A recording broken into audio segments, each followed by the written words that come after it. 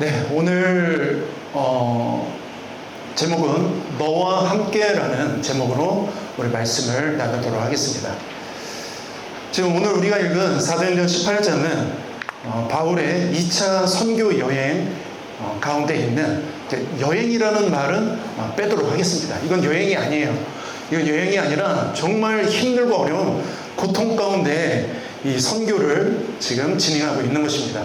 그러니까 바울의 2차 선교죠. 18장은 바울의 2차 선교의 내용이 기록되어 있는 부분입니다. 사도 바울은 열정과 자기 신념으로 가득 찬 사람이었어요. 여러분, 자기 신념이 가득한 사람은 정말 위험합니다. 자기 생각이 가득하다는 이야기죠. 자기 신념, 자기 생각이 가득한 사람은 정말 위험한 거예요. 그래서 필히 하나님을 만나야 됩니다. 그래서 자기 생각과 자기 신념을 내려놓고 하나님이 주시는 그 음성에 귀 기울여서 하나님 뜻대로 사는 삶, 하나님이 말씀하시는 대로 순종하는 삶, 그런 삶을 살아야 되는 거예요. 사도 바울은 그렇지 못했습니다. 자기 신념과 열정으로 가득한 사람이었고, 오로지 우회전도 없고 좌회전도 없고, 사도 바울은 직진만 있는 사람이었습니다. 그냥 앞으로만 가는 사람이었어요. 앞뒤를 재거나 또 망설이지도 않는 그런 사람이었습니다. 그런 사람이 예수님을 만나고 변화가 됐습니다. 예수님을 만나고 자신의 그런 열정, 신념, 직진만 하는 그런 성향, 또 앞뒤를 재거나 망설이지 않는 그런 성품, 이 모든 것들이 또 예수 그리스도를 믿는데 동일하게 그렇게 믿게 되었어요. 그래서 주님이 가라면 가고, 이제 내 신념이 아니라 주님 주신 말씀 의지하며 주님 서라면 서는, 가라면 가고 오라면 오는 그런 사람이 되었던 것이죠. 예수님을 만나고 그 인생이 완벽하게 이제 뒤바뀌게 됐습니다. 그런데 그렇게 이제 바울은 그 전에도 이제 사도행전 15장, 13, 14, 15장을 보시면 사도 바울은 이제 1차 선교 여행을 다녀왔어요. 자꾸 이제 여행이라는 말을 붙이는데, 여행이라는 말을 붙이면 우리 바울 선생님이 마음이 상하실 수도 있어요. 이거 여행이 아닌데, 이거 무슨 놀러 간 것도 아니고. 우리 바울 선생님은 1차 선교를 2년 동안 갔다 오셨습니다. 그리고 2차 선교는 약 3년을 다녀왔어요. 그리고 3차 선교까지 있는데 3차 선교는 약 5년을 다녀왔습니다. 안디옥 교회에 누가 돌보죠? 담임 목사인데, 바울과 바나바는 공동 목회를 하고 있었고, 그분들이 담임 목사였는데, 담임 목사가 걸핏하면 선교한다고 나가는 거예요. 그래서 한 번 나가고 한두 달 있다 들어오는 게 아니라 2년 있다가 들어와요. 그리고 한두 달 같이 말씀 듣고 같이 생활하다가 또 저 가야 되겠습니다, 주님이 말씀하십니다. 그리고 또 3년을 나갔다 와요. 교회가 제대로 존재할 수 있었을까요? 그런데 그것도 모자라서 이번엔 또 주님이 부르십니다. 여러분, 참 재밌는 게 18장 22절, 23절을 보시면 이게 2차 선교가 끝난 후에요. 3년을 갔다 왔습니다. 사도행전 18장 22절, 23절 한번 읽어볼게요. 시작. 가이사랴에 상륙하여 올라가 교회에 안부를 물은 후에 안디옥으로 내려가서 얼마 있다가 떠나 갈라디아와 부르기아 땅을 차례로 다니며 모든 제자를 굳건하게 하니라. 교회에 안부를 묻습니다. 너 담임 목사니까 물어야 되잖아요. 잘 있냐? 교회 안 없어졌냐? 그대로 있어? 잘 세워지고 있고, 그때 내가 세워놨던 그 리더들 그대로 있니? 그 집사님들 7집사 그대로 있어? 그 7집사는 예루살렘에 있었죠. 하여튼 다 그대로 있니? 네, 그대로 있습니다. 어디 떠나지 않고 다 그대로 우리 신앙생활 잘하고 있었습니다. 그런데 23절에 보면 얼마 있다가, 오래 있었던 것도 아니고 그냥 얼마 있다가 이번엔 3차 선교를 5년짜리를 가는 거예요. 여러분, 그래서 이 초대교회도 마찬가지고 오늘날 우리도 마찬가지지만, 교회는 담임 목사 바울을 보고 다니는 게 또 아니고, 교회는 하나님이 명하시고 말씀하신 곳에서 있는 거예요. 그래서 그 교회 안에 성도가 되어서, 우리가 하나가 되어서, 우리가 공동체가 되어서 교회를 섬기고, 그리고 그 무엇보다도 중요한 선교와 전도와 긍휼과 구제에 열심을 다하는 거죠. 그래서 어떤 사람이 있다, 내가 마음에 드는 사람이 있다, 그렇다고 해서 그 교회가 좋은 교회가 아니라, 또 내 마음에 드는 사람이 없다, 정말 내 마음에 안 드는 사람만 있다, 그렇다고 안 좋은 교회가 아니라, 하나님이 명하시고 가라고 했으면 그곳이 정말로 주님 보내신 곳이고, 그곳이 복된 곳이고 아름다운 곳이라는 것이죠. 언제 제가 갈지 모릅니다. 여러분 잘 지키고 계셔야 돼요. 네. 저는 이제 선교에, 이상하게 저는 선교에 그렇게 큰 마음은 없었거든요. 그런데 점점 또 선교 한번 가면 좋겠다, 이런 마음이 이제 제 마음에 생기기 시작하더라고요. 얼마 전부터. 예, 준비하셔야 됩니다. 2년짜리, 3년짜리, 5년짜리가 있을 수도 있거든요. 바울의 입장에서는 안디옥 교회는 내가 개척한 교회였고, 내가 키운 제자들이 그 안에 있었을 것이고, 또 내 사람들이 있었을 거 아니야. 그런데 바울에게는 그게 중요하지 않았어요. 내 사람도 필요하지 않고, 내가 세운 교회도 이게 내 교회가 아니거든요. 여러분, 교회는 주님의 것이에요. 교회는 목사께 아닙니다. 그럼 아멘 성도들이 많이 이렇게 하죠. 아, 맞아요, 목사께 아닙니다. 장로 것도 아닙니다. 네, 맞아요. 여러분 것도 아닙니다. 네, 교회는 주님의 거예요. 그래서 주님의 몸이라는 말이에요. 그래서 이 교회를 사랑하는 건, 교회라는 말만 들어도 교회는 썩었어, 이러면 안 된다고요. 여러분, 뉴스로는 그렇게 교회가 썩은 모습들이 보이죠. 그러나 90% 이상의 교회는 아름답고 복되고 주님의 임재가 있는 그런 교회들인 거예요. 일부를 보고 교회는 썩었다고 말씀하시면 안 되는 거예요. 교회는 좋은 곳입니다. 그런 기업과 그런 교제가 교회 안에 있기를 바랍니다. 교회는 좋은 곳이에요. 교회는 하나님을 예배할 수 있는 곳이에요. 하나님을 만날 수 있는 곳이에요. 얼마나 좋습니까? 물론 그 안에 있는 사람들이 또 좀, 우리가 다 병들고 우리가 약하고 우리가 죄인들의 공동체이기 때문에 그래서 어려움이 있는 것이지, 교회 안에는 좋고 행복하고 복된 일들이 너무나도 많은 것입니다. 바울의 선교에 하나님이 놀라운 은혜를 부어주셨어요. 여러분, 선교지에 가면 오늘날에도 놀라운 기적들이 많이 일어난다고 해요. 우리나라 한국에서는 더 이상 기적이 잘 일어나지 않죠. 왜냐면 우리가 믿음이 그만큼 없어져서 그래요. 왜냐면 아프면 우리는 어디 누구한테 매달리나요? 아프면 119에 매달리죠. 아니면 병원에 매달리거나 아니면 의사 선생님을 찾습니다. 그러나 선교지에서는 의지하고 매달릴 대상이 아무 곳에도 없어요. 선교사님들 누굴 의지할까요? 자녀가 병들고 아프면 하나님밖에 없거든요.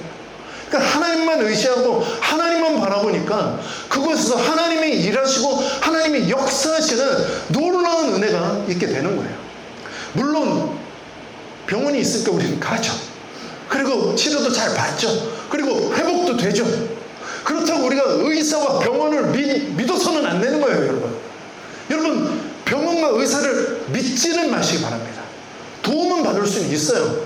믿음의 대상은 아닌 거예요. 왠지 아세요? 의료사고가, 오진이 얼마나 많습니까? 저희 아들 은찬이가 예방접종을 맞으러 갔는데, 그날 DPT인가 또 무슨 뭔가 파상풍인가, 그래서 한 2가지를 맞아야 되는 거였어요. 그래서 거의 신생아 때 이제 아이를 데리고서 병원을 갔죠. 어느 병원이든 말씀드리지 않을게요. 그 병원을 갔어요. 근데 2방을 맞았어요. 2방을 맞고 나서 저와 제 아내가 이제 그 아기 수첩에 보면 무슨 주사를 맞았다, 이게 맞아야 된다 써있거든요. 그래서 그냥 물어봤어요. 아, 오늘 이거랑 이거 맞았죠? 하고 딱 물어봤는데 간호사 선생님이 돌이 되는 거예요. 뻣뻣하게 굳는 거예요. 그러더니 얼굴이 확 굳어지더니 그러니 간호사 선생님이 울기 시작하는 거예요. 무슨 일이에요? 그랬더니 서로 다른 예방주사를 2대를 놔야 되는데 한 대씩 똑같은 걸 2대를 놔야 돼요. 하나를 안 놓고 그래서 그 간호사가 사색이 됐어요. 그러고 나서 의사 선생님한테 갔더니 이거 어떡하냐, 이거 의료사고, 물론 그렇게 얘기는 못했죠. 근데 그런 일이 있더라고요. 그리고 나서 저희 아들 은찬이가 그날부터 손을 빨기 시작하더라고요. 얘가 아팠나 봐요. 얘가 아프고 스트레스가 되고 아마 열이 났거든요, 그날. 그래서 힘들고 아팠나 봐요. 그날부터 막 손을 빨기 시작하더라고요. 여러분, 그래서 병원 가셔서 확인하셔야 돼요. 오른쪽 폐에 있는 오른쪽 종양을 떼야 되는데 왼쪽 폐를 떼는 경우도 있잖아요. 물어보셔야 돼요. 이거 오른쪽 확실히 맞죠? 저 오른쪽 아파서 왔거든요. 오른쪽을 치료해 주세요. 제가 쓸개 때문에 왔거든요. 간이 아니에요. 꼭 말씀을 하셔야 돼요. 2번, 3번 물어보셔야 되는 거예요. 믿음의 대상은 하나님이지, 우리가 의사도 의료진도 사실 믿을 수는 없어요.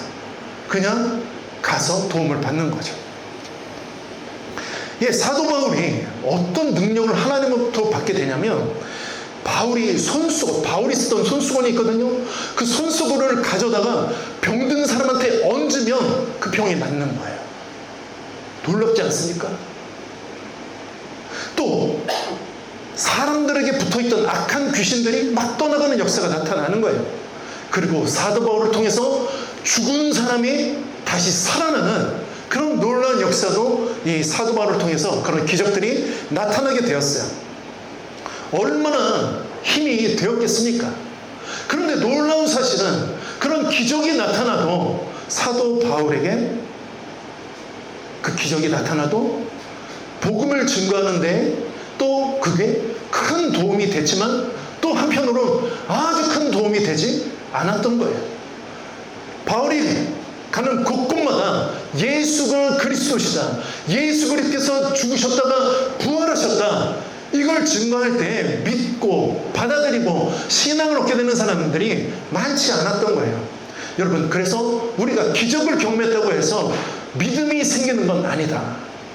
기적이 놀라운 하나님의 그 역사를 나타내지만 우리 가운데 믿음을 갖게 하는 데에는 기적이 능력이 없다. 왜냐면 그 기적만 맛보고 그 기적만 경험하고 믿음은 갖지 않는 경우가 대다수이거든요. 복음을 받아들이는 사람들이 소수였고 대다수의 사람들은 사도 바울을 적대시하고 복음을 외면하고 또 조롱하고 바울의 목숨을 노리는 그런 사람들이 주변에 점점 더 많아지기 시작했습니다. 죽이려고 달려드는 사람들, 돌에도 맞고, 그리고 사도 바울이 감옥에도 갇히게 되죠. 온갖 폭언과 협박의 소리에, 부정적인 소리에 바울의 마음이 어떻게 됐을까요? 바울의 마음도 그렇게 신념과 그런 열정과 그런 것들이 가득했던 이 바울도 그의 마음이 연약해지는 그런 상황 가운데 지금 있게 되었어요. 이게 지금 사도행전 18장 이 고린도에서의 바울의 모습이에요. 여기는 안 나와 있어요.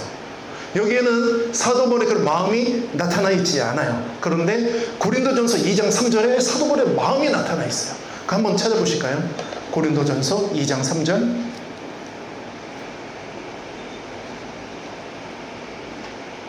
고린도전서 2장 3절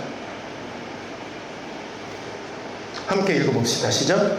내가 너희 가운데 거할 때 약하고 두려워하고 심히 떨었노라. 네, 아멘. 네, 사도 바울도 여러분 피도 눈물도 없을 것 같은 사람이지만 사도 바울도 사람이에요. 자기 신념과 자기 의지가 또 저는 웬만하면 상처받지 않습니다. 그런 사람도 상처받습니다.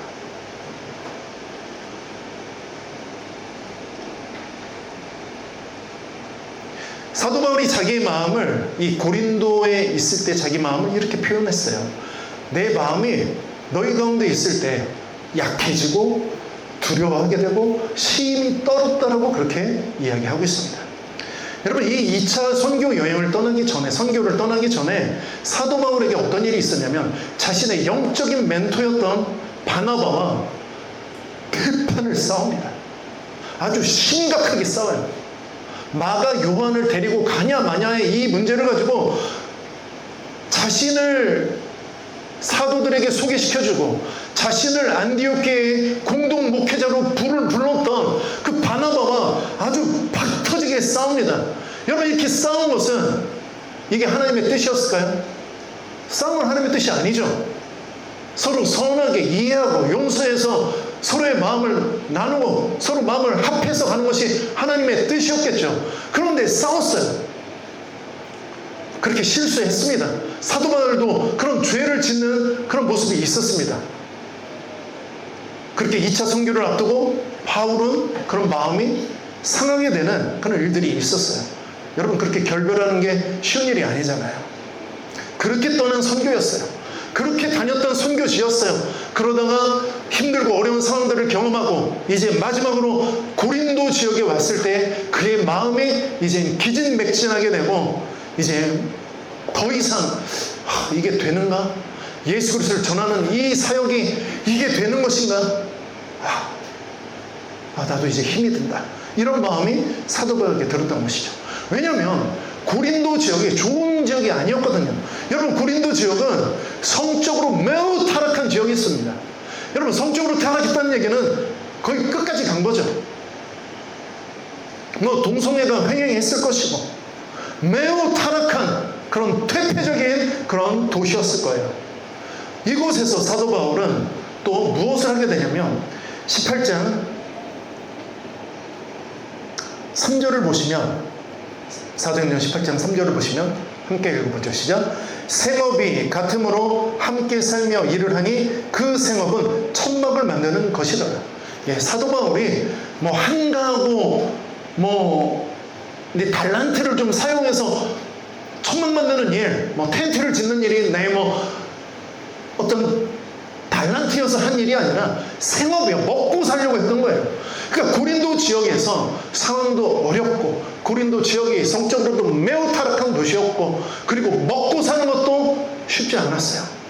그래서 거기서 생업을 위해서 일을 했던 거예요. 그냥 어쩔 수 없이 했던 거죠. 그러나 바울의 마음은 그냥 날마다 말씀을 증거하고 전하는 게 바울의 마음이었지만 그 시간을 쪼개서 일하는 데 썼어야 되는 거예요. 여러분, 오늘날에도 그런 목사님들 많이 있거든요. 이중직을 해야 되고 돈을 벌어야 되고 어쩔 수 없이 그렇게 해야 되는 경우들이 있다는 것이죠. 바울의 몸도 지치고 마음도 심각하게 지친 상태가 되었다는 것입니다.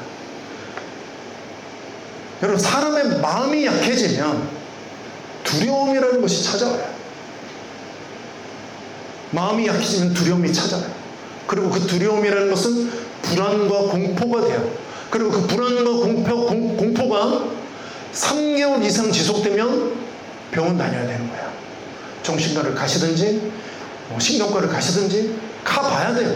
그리고 병원의 도움을, 의료의 도움을 받아야 되는 거죠.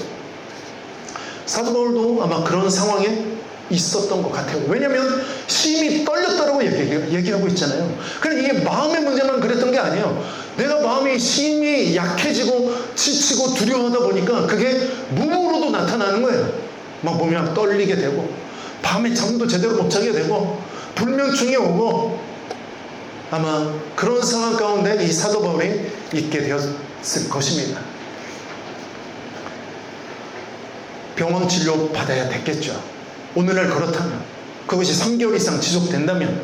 그러나 무엇보다 중요한 것은 병원도 가야 되지만 더 중요한 것은 하나님 앞에 나와야 되는 거예요. 하나님을 만나야 되는 거죠. 내 마음이 약해지고 두려움과 불안이 내 마음 가운데 가득 찬다면 하나님 앞에 와야 되는 거예요. 그것이 먼저 해야 되는 일입니다.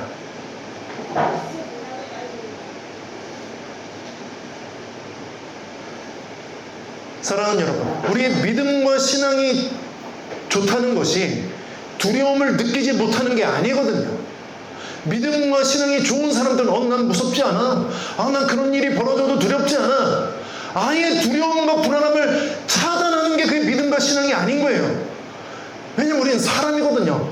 왜 사람이 아닌 척을 하며 난 두렵지 않아, 난 겁나지 않아, 왜 그렇게 말을 하나요? 그건 아닌 거예요. 두려움을 느끼는 게 당연합니다. 불안함을 느끼는 것이 당연합니다. 갑자기 퇴직을 하거나 아니면 가정에 우리 자녀가 아프거나 두렵죠. 그러나 그 두려운 마음을 가지고 어디로 가야 되냐면 병원을 가기 전에 하나님 앞에 먼저 나와야 되는 거예요. 여러분, 예수님께서도 겟세마네 동산에서 그 마지막 기도하실 때 뭐라고 말씀하셨냐면 내 마음이 너무 괴로워서 죽을 것 같다라고 얘기하셨어요. 여러분, 두려움을 느끼는 건 우리 사람이 갖는 너무나도 당연한 그런 반응이고 그런 감정인 거예요.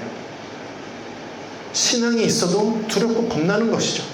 세상을 보면, 세상을 바라보면 여전히 두렵고 힘들고 고통스러운 모습들이 있거든요.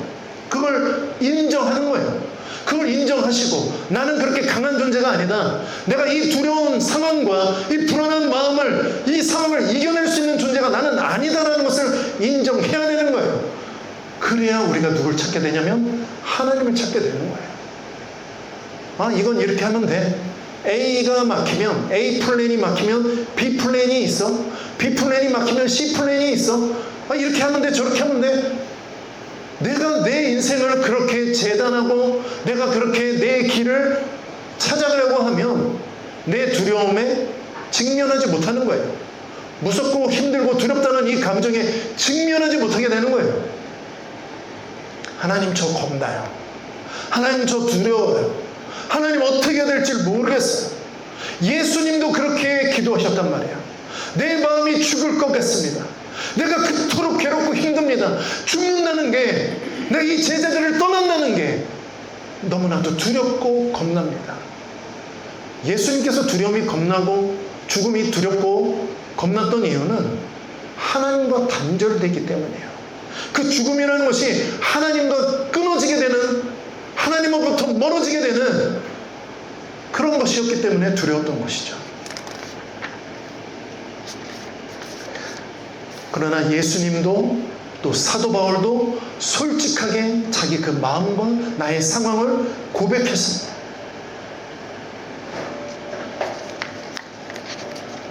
자기 마음을 솔직하게 하나님 앞에 내려놓을 때 그때 하나님께서 도와주시는 거예요.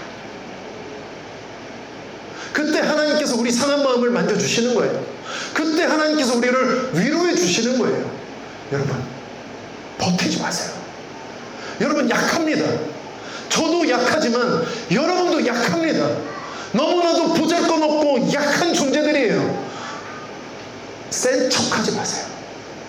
센 척하면 하나님의 도우심이 임하지 못해요. 그 힘을 빼셔야 돼요. 세지 않습니다. 우린 약합니다.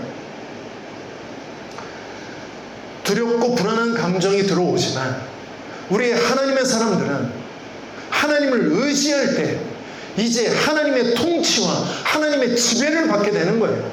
그렇기 때문에 그 두려움과 불안함이 떠나게 되는 것이죠.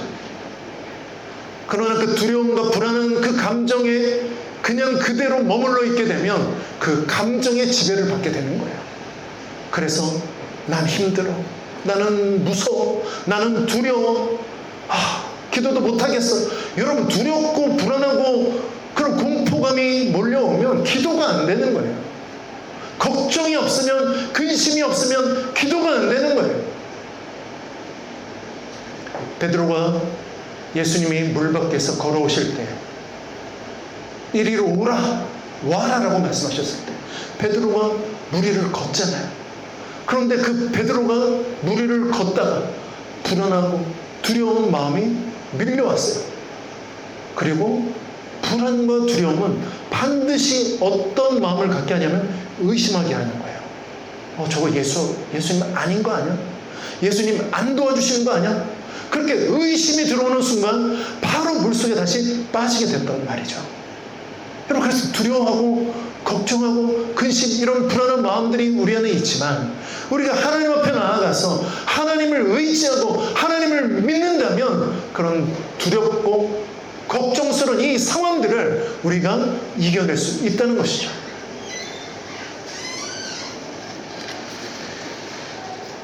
여러분, 상황은 좋아지지 않을 가능성이 더 많습니다. 우리 인생의 상황이라는 것은 좋아지지 않을 가능성이 너무나도 높아요.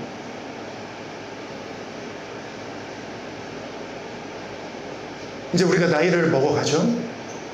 아마 40대가 조금, 30대 중반이 조금 이제 지나면서부터 어떤 분들은 작은 글씨가 안 보이기 시작할 거예요.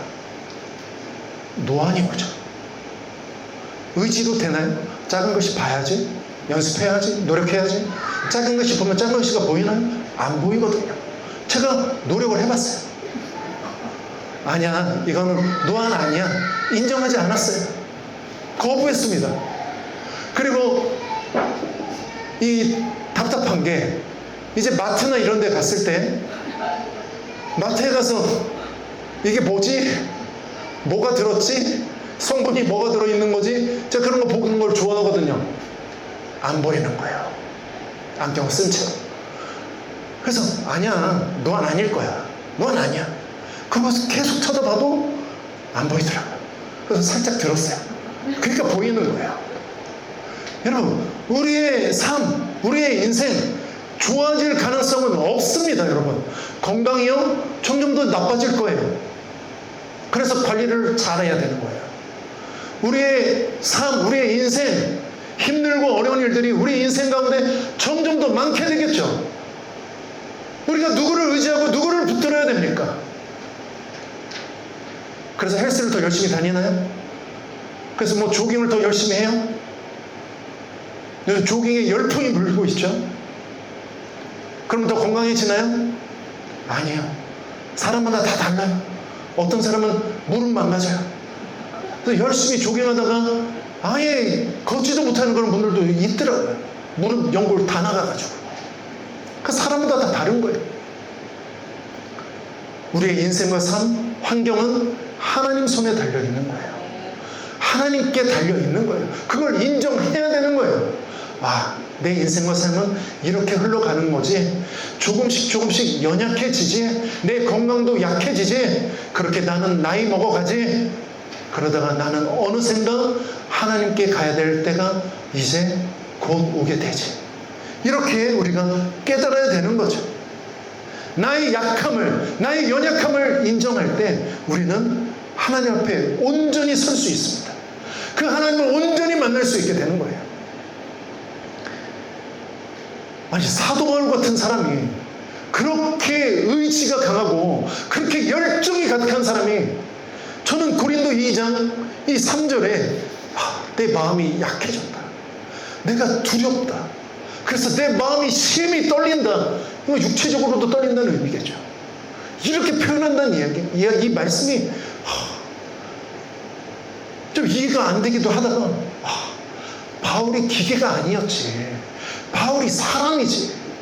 정말 참된 사람은 하나님 앞에 연약한 모습 그대로, 이 모습 그대로 나아가는 거지.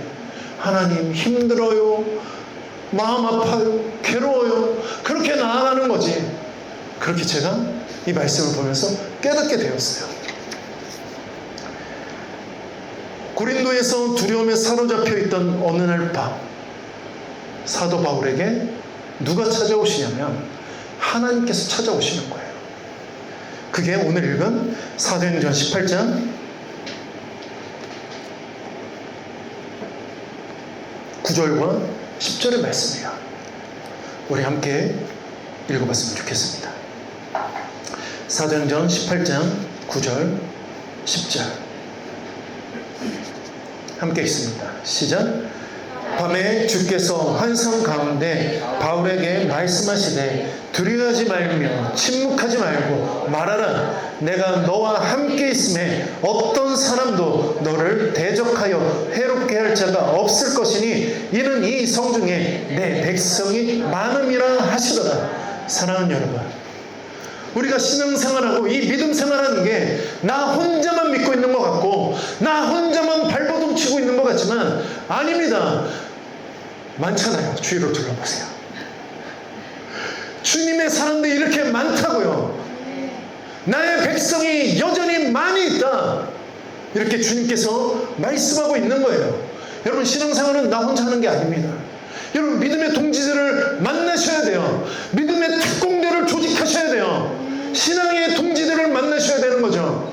그래서 하나님의 이름을 증거하고 하나님의 말씀을 함께 묵상하고 하나님이 우리와 함께하고 계시다, 임마누엘의 주님을 함께 선포하며 나가는 것이죠.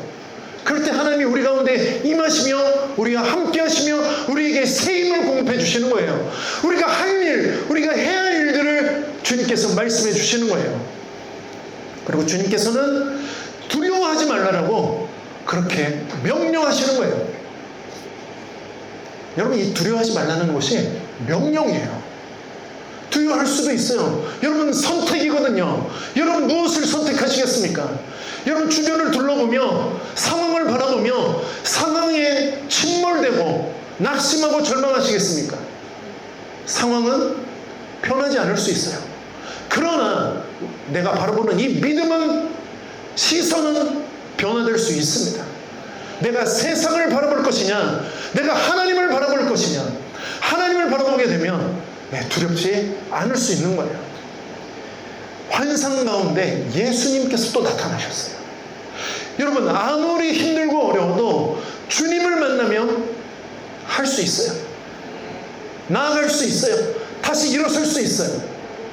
그러나 주님이 나와 함께 하시지 않으시면, 여러분, 아무리 환경이 좋고 내 마음대로 내 뜻대로 다 이루어져도 여러분, 절망스럽고 고통스러운 그런 공허함이 우리 마음, 우리 영혼 가운데 찾아오게 된다는 거예요.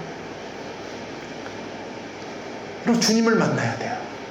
솔직해지셔야 되며, 솔직하게 내 마음과 내 상황을 고백하며, 하나님, 힘듭니다. 진짜 너무 어렵습니다. 너무 괴롭습니다. 그렇게 주님 앞에 나아갈 때 주님께서는 반드시 우리에게 응답해 주신다고요. 사도 바울도 그렇게 낙심하고 있을 때 예수님께서 사도 바울에게 나타나셔서 두려워하지 말며 침묵하지 말아라. 침묵하지 말라는 건 바울의 마음 가운데 아무리 복음을 전해도 사람들이 돌아오지 않는 거예요. 지금 이 18장 전에 어떤 일들이 있었냐면, 18장 고린도에 가기 전에 이 사도 바울이 아테네에 갑니다. 그 아테네에는 어떤 신들이 있었냐면, 여러 신들이, 거기 아테네, 그리스, 헬라 문화는 여러분 아시는 것처럼 뭐 제우스, 또 뭐 비너스, 사랑의 비너스. 비너스가 진짜 사랑의 비너스예요, 여러분. 그게 신이에요. 근데 그 비너스가 그런 육체적인 쾌락의 신이에요. 사도 바울이 그 그리스 아테네에 갔더니 어떤 신까지 있냐면, 이름을 알지 못하는 신전까지 있는 거야. 이름을 알지 못하는 신들이 있는 그런 신전까지 있는 거예요. 기가 막힐 노릇이죠. 사도 바울이 또 마음이 격분합니다. 여러분, 그래서 선교와 전도를 내 힘으로 하게 되면 성질만 나요. 왜냐면 안 믿거든요. 예수 믿어야 돼. 예수 믿어야 돼.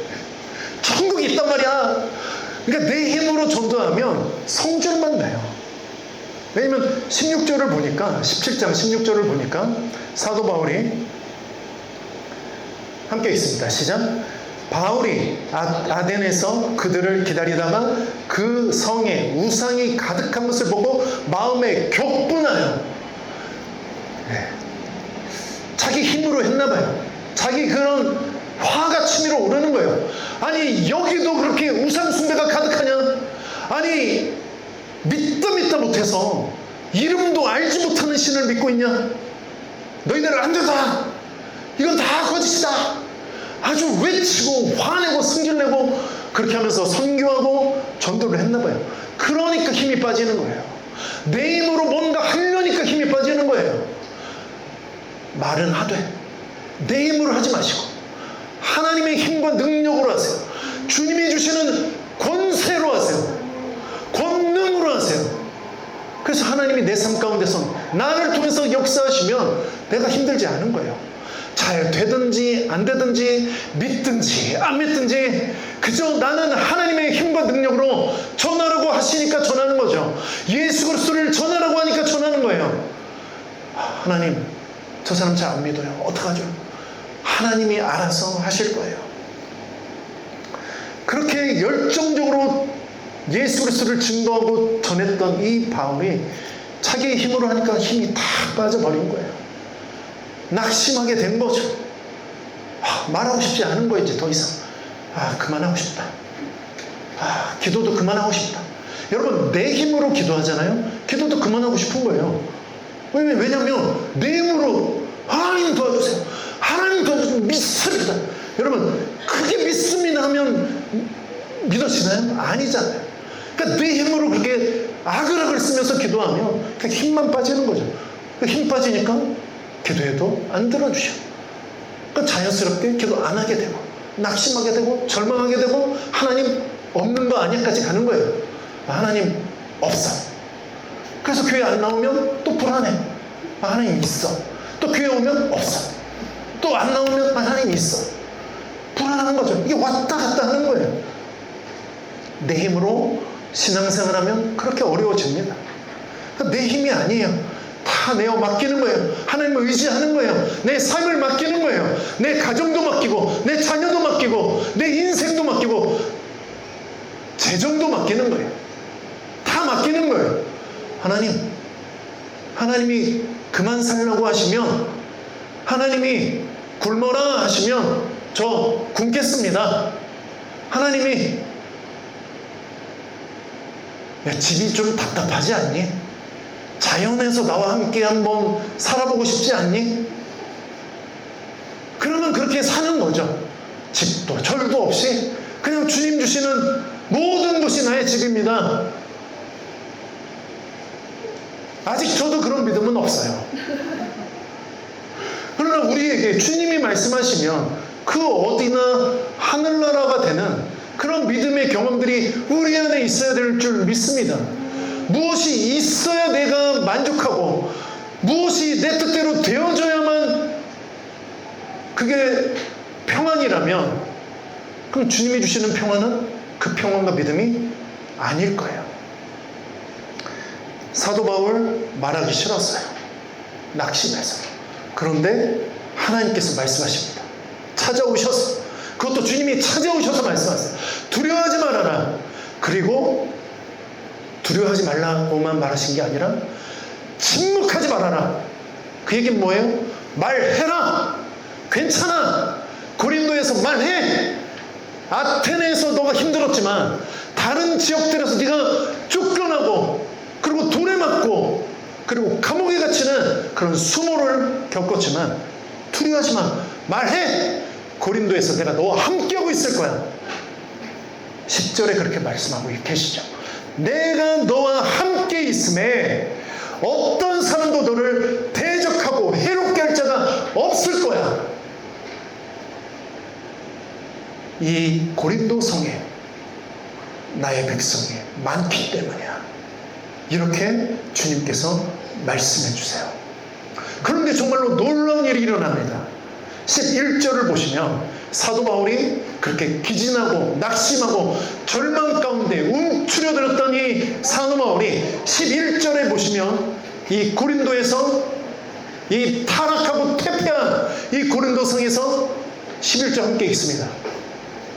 사도행전 18장 11절 함께 읽죠. 시작.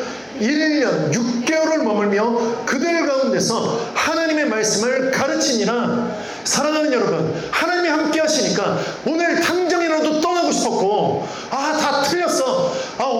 2차 선교는 여기서 종료 끝.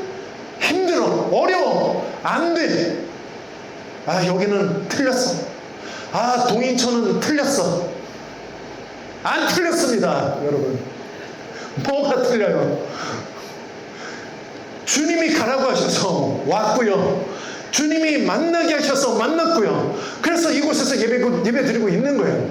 여러분, 제 뜻과 제 의지가 아니라고요.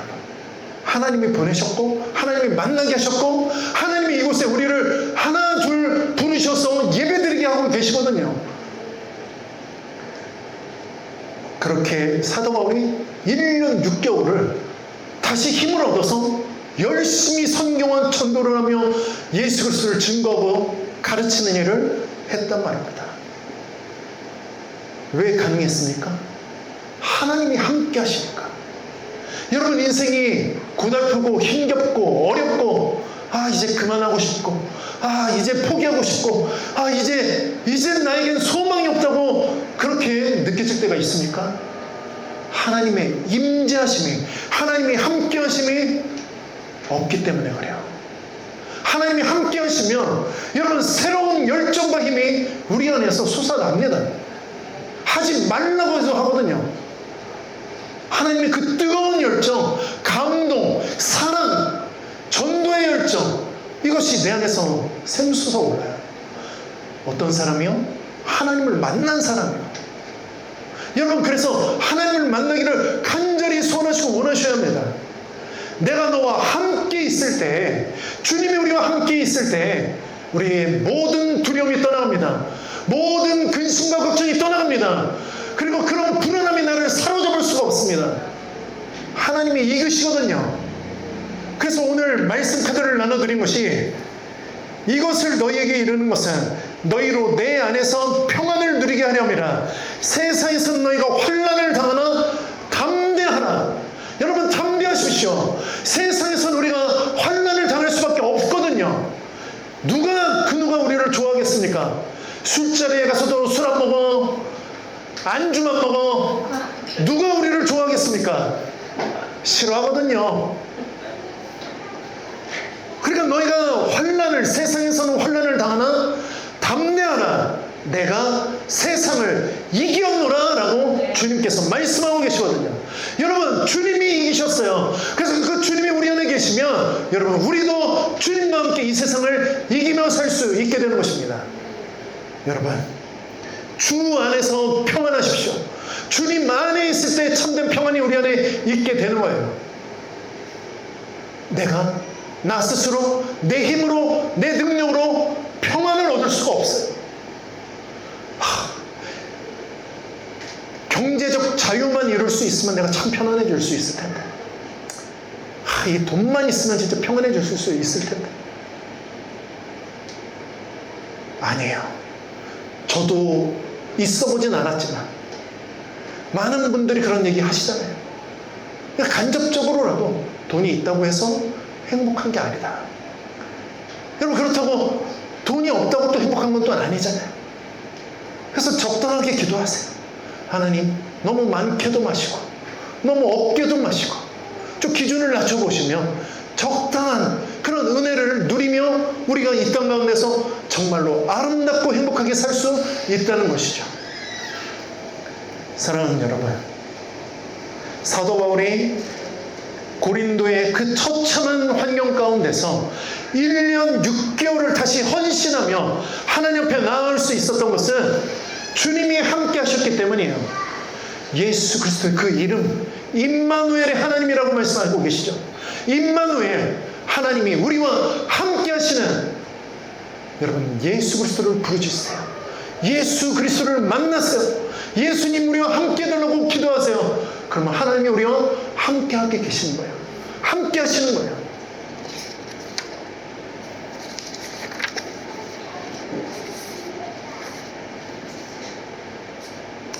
사랑하는 여러분, 하나님이 새 힘을 주시면 우리는 능히 이 세상의 어려움들을 이겨낼 수 있습니다. 우리를 사랑하시고 우리를 향한 놀라운 계획을 가지고 계신 그 하나님이 우리와 함께 계시기 때문이에요. 여러분, 세상 끝날까지 우리가 항상 함께 하겠다고 하셨던 그 예수 그리스도를 의지하시고 믿으시기 바랍니다. 오늘도 우리와 함께 하고 계세요. 여러분, 그 놀라운 그 주님이 저와 우리 모두의 주님이 될 수 있었으면 좋겠습니다. 그리고 그 주님이 우리의 그 상한 마음과 우리 좌절한 그 마음을 위로하시고 다시 일으켜 세워 주실 것입니다. 여러분, 믿음으로 선포하세요. 그리고 간구하세요. 그리고 나의 마음을 솔직하게 말씀드리세요. 그럼 주님께서 우리를 만나 주실 거예요. 네, 사랑하는 여러분, 우리 함께 찬양하시면서 이제 함께 기도합시다.